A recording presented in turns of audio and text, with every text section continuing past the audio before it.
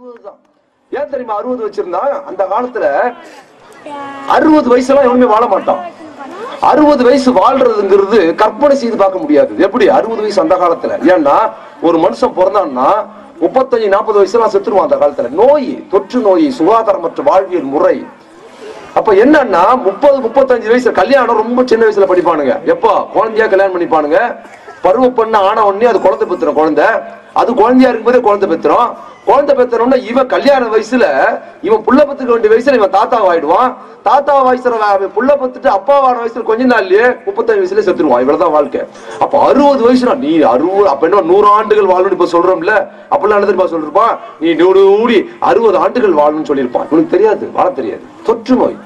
நம்ம சொல்லாடல் இருக்குல்ல, ஏதாவது இப்ப சண்டை வந்தா கூட பெண்கள் மத்தியில, நம்ம பெண்கள் மத்தியில சண்டை வந்து யாரையாவது நம்ம திட்டணும்னா எப்படி திட்டோம்? உன்னை வாரிக்கின்னு போவோம் சொல்றோமா இல்லையா? கோபம் வந்தா உன்னை வாரிக்கின்னு போவோம், உன்னை வாந்தி பேதியில வாரிக்கின்னு போவோம்னு சொல்றோம்ல. இது சும்மா சொல்றது இல்ல. எதுவுமே சொல்லாடல் பழக்கம் இருக்கு பாத்தீங்களா, வார்த்தைகள், அதெல்லாம் நம்மளா சொல்றது கிடையாது. அதுக்கு ஒரு காரணம் இருக்கு, ஒரு வரலாறு இருக்குது. உன்னை வாந்தி பேதியில வாரிக்கின்னு போங்கிறதுக்கு ஒரு வரலாறு இருக்குது. அதை புரிஞ்சுக்கணும் நீங்க. எப்படி அந்த வரலாறுன்னா, இந்தியா ஒரு தொற்று நோயால் நிறைய பேர் செத்தான். பெரியம்ம காலரா. இந்த காலராங்கிறது என்ன தெரியுமா? குவியலா ஒரு ஊருக்கு வந்ததுன்னா அந்த காலரா வாந்தி பேதி. காலரானா என்ன தெரியுமா? வாந்தி பேதியில சாவறது. காலரா ஒருத்தருக்கு ஆரம்பிச்சிருச்சுன்னு சொன்னா அந்த வீட்டோட நிக்காது, ஊரு புல்லா பரவி ஊரே வாந்தி பேதியில வந்து சாவும். ஒரு படத்துல பரவும், அப்படி பரவும். கொடுமையான வியாதி. ஒரு படத்துல கவுண்டமணி செந்தில் நடிச்சிருப்பாங்கல்ல. ஒரு ஊர்ல கால்ரா நோய் யாரும் போவாரு, சைக்கிள்ல பின்னால உட்காந்துருப்பாரு கவுண்டமணி, செந்தில் ஓட்டுவாரு. டே இந்த ஊர்ல கால்ராவாம்டா, ரொம்ப மோசமான வியாதி, கால்ரா வந்தா கொடூரமான வியாதிடா, கொண்டுதான், சீக்கிரம் ஓட்டுறான்னு சொல்லும் போது இவர் சைக்கிள்ல கொண்டு போய் காலை விட்டுருவாரு. யாரு? செந்தில், கவுண்டமணி. விட்ட உடனே கால் மாட்டிக்கிட்டு ரத்தம் வரும்.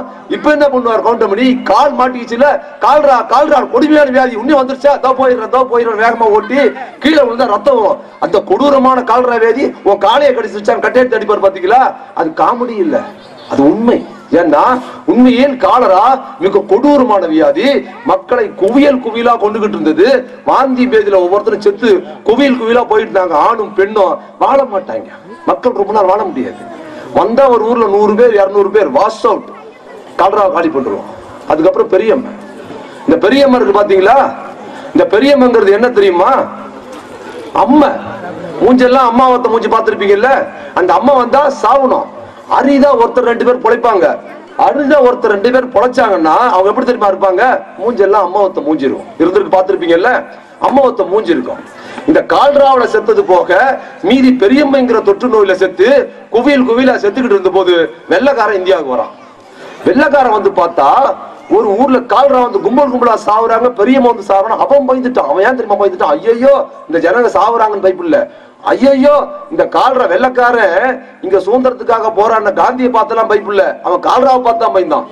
ஆஹா இந்த கால்ரா நம்மள வெந்த நாட்டுக்கு தத்தி விட்டுரும் போல இருக்கு, இது கொன்று போல தெரிஞ்ச உடனே அவன் என்ன பண்ணா, இந்த காலரா பெரியம்மைங்கிற தொற்று நோயை எப்படியாவது ஒழிச்சாகன்னு முடிவு பண்ணி கால்ராங்கிற அந்த வாந்தி பேதி தொற்று நோயை முற்றிலுமாக மருந்து கண்டுபிடித்து கால்ராவை முற்றிலுமாக காலி பண்ணான். அதுக்கப்புறம் பெரியம்மா வந்தா மூஞ்சில அம்மா போட்டிருக்கோம், பொழைக்க முடியாது. பொழைச்சவங்க மூஞ்சில அம்மா இருக்கும். அதான் மார்க்கு இல்ல. இது 50 இப்ப கிடையாது. நல்லா பாத்தீங்கல்ல. பெரியம்மா அம்மா வந்துச்சுன்னா நம்மால என்ன பண்ணுவாங்க தெரியுமா? பெரியம்மா அந்த இப்ப அம்மா வந்தாலும் என்ன பண்ணுவாங்க?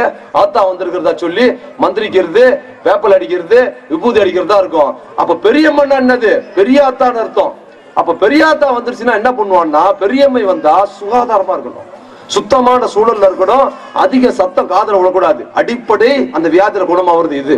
ஆனா நம்ம ஊர்ல பெரியம்மை வந்தா அது என்ன பண்றான்? நோயின்னு பாக்குறது இல்ல. நம்ம சாபக்கடை என்ன தெரியுமா? நமக்கு கடவுள்னு ஒன்று இருக்குல்ல, கடவுள் தான் நோயை குணப்படுத்த நம்ம சொல்லுவோம். கடவுளை சிறப்பா பார்ப்போம். அதுக்கப்புறம் ஒரு கொடிய நோய் வந்துருச்சுன்னா நோயும் கடவுளா பாக்குற ஒரே நாடு நம்ம நாடு தான். எது? பெரியம்மங்கிறது ஒரு நோய், கொடூரமான நோய். அந்த நோயை கடவுளா பார்ப்பான். எந்த நாட்டிலையும் நோயை கடவுளா பார்த்தல, நோயை குணப்படுத்துறது தான் கடவுள் வச்சிருந்தா. நம்ம நாட்டுல பாத்தீங்கன்னா நோய் அம்மா வந்துருச்சுன்னா அந்த அம்மைய ஒரு கடவுளா பார்ப்பது இன்னைக்கு பாக்குறோம்ல நம்ம. அன்னைக்கு பெரியம்மையை அப்படி பார்க்கும்போது அப்ப என்ன பண்ணா, பெரியம்மா வந்து இவங்க வந்து நம்மளால வீட்டு கிடையாது, பூசாரி தான் வருவாரு. நேரா பூசாரி வந்து என்ன பண்ணுவாரு? சுத்தமா இருக்கணும், சத்தம் கேட்க கூடாது. பெரியம்மா வந்தா தொற்று நோய் பரவிடும். அவர் என்ன பண்ணுவாரு? ட்ரீட்மெண்ட். யாரு ட்ரீட்மெண்ட்? பூசாரி தான் பெரியம்மைக்கு அப்ப ட்ரீட்மெண்ட். அவரு வந்து என்ன பண்ணுவாருன்னா, சுத்தமா இருக்க வேண்டிய ஆளை பார்த்து பேய் ஓட்டால் மாரியம்மா ஓட்டுறன்னு சொல்லி வேப்பிலை எடுப்பாரு. அதோட விபூதி அழுக்கு பையில இருந்து விபூதி எடுத்து மேல அடிச்சு காது கிட்ட வந்து உடுக்கையெல்லாம் அடிச்சு ஓட்டி விட்டுறாரு. முடிஞ்சிடும் கதை. என்ன முடியும்? பெரியம்மா முடியாது. பெரியம்மா வந்து ஆள் முடிஞ்சிடும். ஒருத்தரை கூட நம் சமூக அமைப்பில் பெரியம்மை இருந்து பாதுகாக்கவே இல்லை. தற்செயலா ஓரளவுக்கு ஒருத்தர் 2 பேர் வந்திருப்பாங்க. அவங்க தப்பனவங்க எல்லாருக்கும் என்ன மூஞ்சில இருக்கும்? அம்மாவத்த மூஞ்சி இருக்கும். இப்ப சொல்லுங்க, வெள்ளக்காரன் பார்த்தான், டேய் இது பெரியம்மை இல்லடா, இது ஒரு தொற்று நோயின்னு சொல்லி அவன் ஸ்மால் பாக்ஸ் பேர் வச்சு அதுக்கு ஒரு தடுப்பூசி போட்டு இந்தியாவில் பெரியம்மையே இல்லாம ஒழிச்சான். இங்க பெருக்கிற சில பேருக்கு 40 வயது கடந்த பல பேர்களுக்கு கையில இங்க மார்க் இருக்கும். இருக்கா இல்லையா? இருக்கு. 2 மார்க் எனக்கு இருக்கு. அது என்னன்னா பெரியம்மை தடுப்பூசி. இன்னைக்கு நம்ம பாக்குறோம்ல, 50 வயதை தாண்டிய சில பேருக்கு மூஞ்சில வந்து பரு இருக்குது, பெரியம்மை வடு இருக்குது. ஆனால் இன்றைய சமூக அமைப்பில் ஒருத்தருக்கு மூஞ்சில கூட பெரியம்மா மார்க் போடவே முடியலன்னா ஏன் தெரியும்னா, அறிவியல் ரீதியா வெள்ளக்காரன் வந்து அதை விரட்டி விட்டான்.